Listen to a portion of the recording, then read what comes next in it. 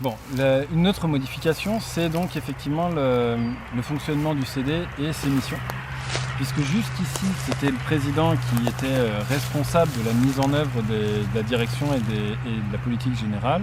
On avait un président ou une triprésidence, un trésorier, un secrétaire, tout ça formait le bureau, et on avait les administrateurs en plus.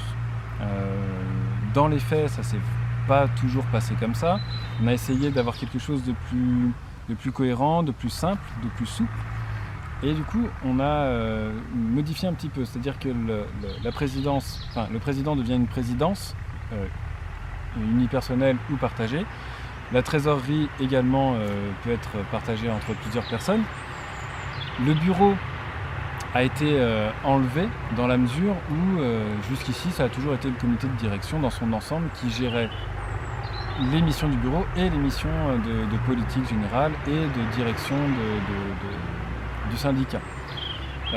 Reste la mission de secrétariat, et ça là-dessus, Muriel, tu peux nous en dire un peu plus. Eh bien, la mission de secrétariat, elle ne dépend plus d'un poste. Elle peut être confiée en fait à des personnes administratrices qui soient ou non bénévoles. C'est-à-dire que maintenant, on peut se laisser la possibilité de rémunérer quelqu'un, qu'il soit administrateur ou non, pour réaliser les missions de secrétariat. Cependant, pour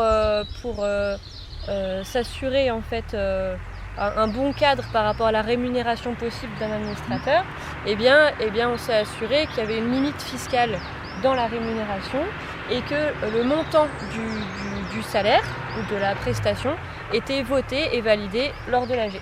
Absolument. À vous les studios.